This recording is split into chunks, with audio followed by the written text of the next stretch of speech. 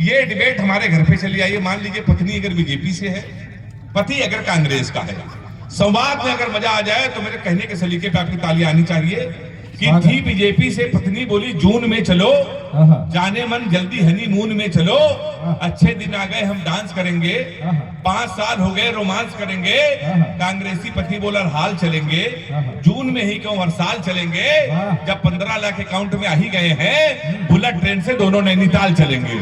क्या बढ़िया आप सुनते हैं कविता को। मैं एक व्यंग आपको सुना के अपना स्थान लेना चाहता हूं, क्योंकि देश के बड़े कवि भी हम लोगों के बीच में हैं। सर, हमारे देश में सर्जिकल स्ट्राइक अभी हुई, हमारे सैनिकों का सर काट कर फेंक दिया गया, उसके बाद कुछ नेताओं ने इसमें सबूत मांगा।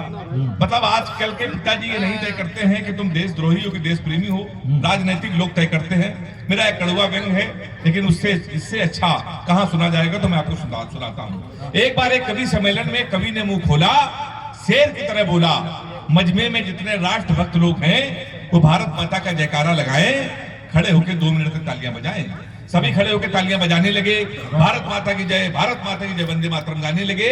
तभी सामने बैठा एक शख्स ये सोच रहा था, ये कवि किस तरीके से कवि सम्मेलन को चला रहा है, मंच को अपनी उंगली पे नचा रहा है। उसने दूसरी बार किसी आक्रामक व्यक्ति को बोलते हुए पाया, उसे कवि और देश के नेता में कोई अंतर नजर नहीं आया।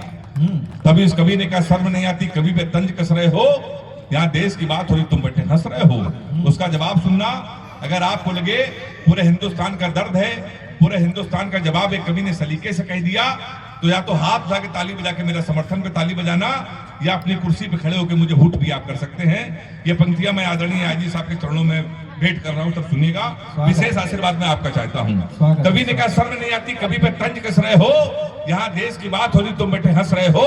उसने कहा, कवि जी मैं अपनी देशभक्ति का प्रमाण पहले देश को दिखा चुका हूं, मैं खड़े होकर ताली नहीं बजा सकता, क्योंकि कारगिल युद्ध में दोनों पैर कटा चुका हूं।